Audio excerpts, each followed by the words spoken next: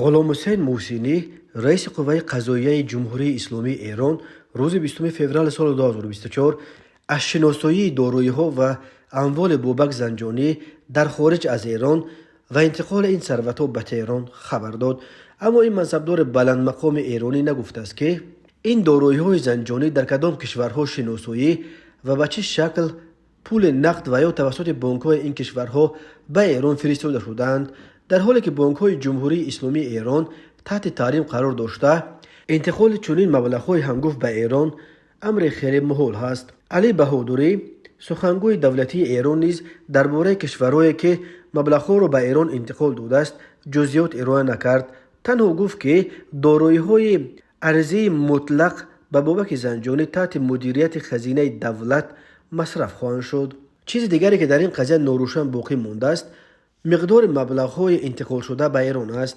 مقامات ایران قبلا درباره تصرف چندین میلیارد دلار پول نفت این کشور از جانب بابک زنجانی را حرف می‌زدند. در تهران از جمله بر اینند که بیش از 2 میلیارد دلار از پول‌های ربوده شده را زنجانی در تاجیکستان سرمایه گذاری کرده است. دوشنبه این را همیشه رد می‌کرد. حالا مشخص نیست که آیا به جمهوری اسلامی ایران میسر شده است که همه دارایی‌های زنجانی را برگردانیده است و یا قسمی از آن را. باید گفت که نام بابک زنجانی در سالهای پرزیدنتی محمود احمدی نژاد در رسانه‌های ایران به عنوان ثروتمندترین ایرانی در جهان یاد شده بود.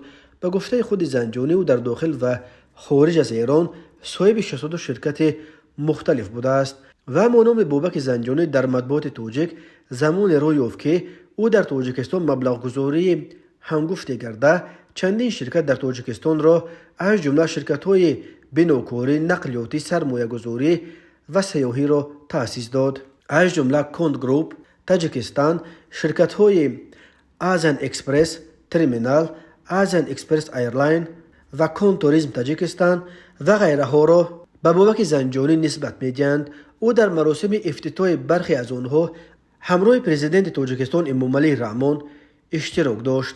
آن زمان را کارشناسان مناسبت‌های بین الخلقی دوره طلایی مناسبت‌های تاجیکستان و ایران یاد می‌کنند. زمان مناسبت‌ها ویران شدند که جانب ایران پس از با جرم فساد در ماه دکامبر سال 2013 دستگیر کردن بابک زنجانی مبلغ‌هایی را که او در بانک‌های تاجیکستان نگاه می‌داشت.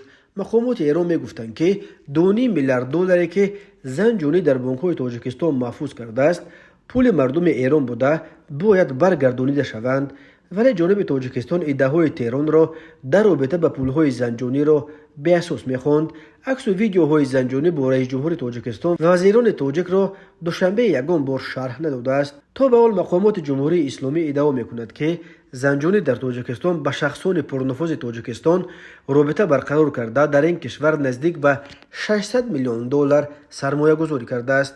گذشته از این خود زنجانی در یک بیاناتش در دادگاه اقرار کرده بود که یک دستگاه مخصوص ثبت گفتگوهای تلفنی‌های موبیلی را که ارزشش خیلی گران دارد موقتا به مقامات حفظ حقوق تاجیکستان داده است. گفته می‌شد که چنین دستگاه‌ها را حتی روسیه نداشت آن وقت، ولی مقامات تاجیکستان از جمله شریف رحیم‌زاده آن وقت رئیس کمیته بودجه و مالیه مجلس نمایندگان تاجیکستان و پیش از آن رئیس بانک ملی بود گفته بود که اگر منظور جانب ایران سهمگذاری بابک زنجانی در شرکت آزن اکسپرس باشد، پس در میان مؤسسان این شرکت اسم زنجانی اصلا وجود ندارد.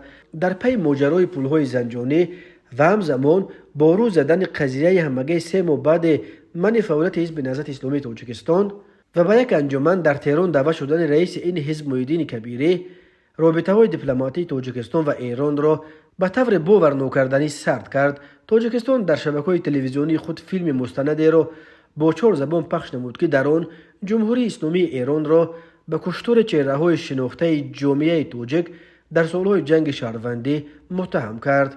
همچنین قریب همه دانشجویان تاجیکستانی که در ایران تحصیل می‌کردند مجبوراً به تاجیکستان برگردانیده.